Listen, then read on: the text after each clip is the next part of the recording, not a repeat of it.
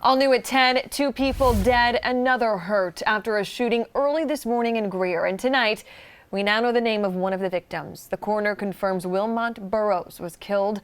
This was a major law enforcement scene. SWAT was there, half a dozen other agencies also responding. And only on Fox, a neighbor tells us what she knows about the deadly shooting. Fox Carolina's Brookley Cromer live tonight outside the law enforcement center in downtown Greenville. So, Brookley, what do we know about the shooter here? Anybody in custody? Are they looking for anybody tonight?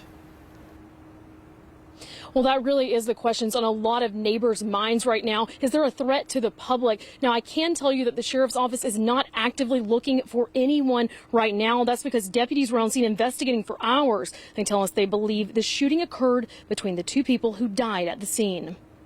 It's scary. This is a very quiet neighborhood, and I never would have thought that it would happen here. It's not the typical scene neighbors are used to along this normally quiet street in Greer. But just after midnight, blue lights and dozens of law enforcement officers swarmed this house on South Buncombe Road. All you can see is just a bunch of police cars and tape. I mean, as far as really knowing exactly what all happened, I didn't know until later on. The overnight shooting has left some shaken. There was at least 4 holes in the house that I could see. A neighbor who lives a few houses down did not want to be identified, still fearing someone else could be involved, though deputies say there's no threat to the community. I prefer not to say my name, just for the simple fact I don't know if anyone is involved in what's going on. We talked to another neighbor who did not want to go on camera but shared what she witnessed. She tells us she heard 10 to 12 gunshots just before midnight.